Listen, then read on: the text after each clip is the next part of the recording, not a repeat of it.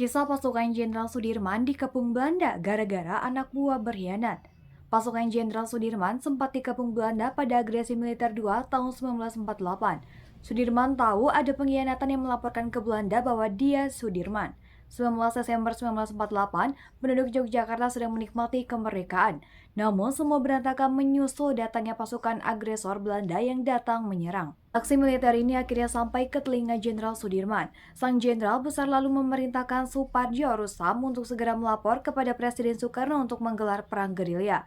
Namun Bung Karno mengetahui bahwa Pak Dirman sedang sakit. Bung Karno lalu menyarankannya untuk istirahat. Meski demikian, saran tersebut tak diindahkan. Pada 25 Desember 1948, pasukan Jenderal Sudirman tiba di Kediri. Suasana kota sangat riuh dan bergemuruh. Sedangkan pasukan Belanda berada di puncak semangat lantaran baru saja meruntuhkan benteng pertahanan kota itu dari selatan. Pasukan Belanda tiba-tiba menyergap markas persembunyian Jenderal Sudirman atas petunjuk salah seorang telitik sandi atau mata-mata. Pasukan penjajah memang bersumpah akan menangkap Sudirman hidup atau mati apapun caranya, menyusul semangat sang panglima besar menggelorakan perlawanan. Seorang prajurit melapor kepada Jenderal Sudirman bahwa Belanda telah mengepung rapat tempat persembunyian mereka. Sejurus kemudian, Jenderal besar ini mengajak para prajuritnya untuk menggelar zikir dan tahlil. Anak bungsu Jenderal Sudirman, Muhammad Teguh Sudirman, menceritakan kejadian ini. Teguh lahir pada 1949 ketika ibunya bersembunyi di Keraton Yogyakarta saat ayahnya bergerilya.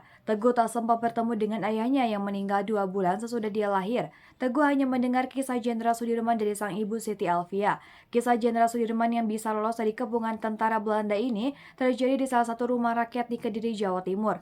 Rupanya ada anak buah sang jenderal yang berkhianat. Pengkhianatan itu pun membawa sejumlah tentara Belanda untuk menangkap Sudirman. Kemudian seorang prajurit melapor tentara Belanda telah mengepung tempat persembunyian mereka kepada Jenderal Sudirman.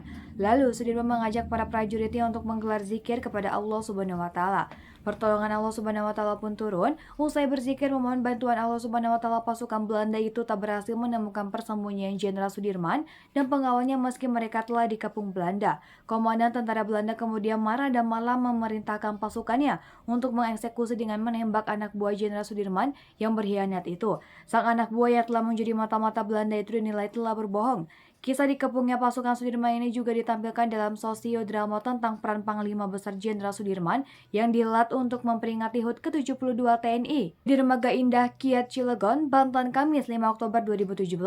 Mari kita berzikir agar diberi pertolongan Allah. Jangan sekali-kali di antar tentara kita ada yang menyalahi janji menjadi pengkhianat nusa, bangsa, dan agama. Harus kamu senantiasa ingat bahwa perjuangan selalu memakan korban. Jangan sekali-kali membuat rakyat menderita, ujar Pak Dirman yang diperankan sang cucu Ganang Priambodo Sudirman pada HUT TNI itu.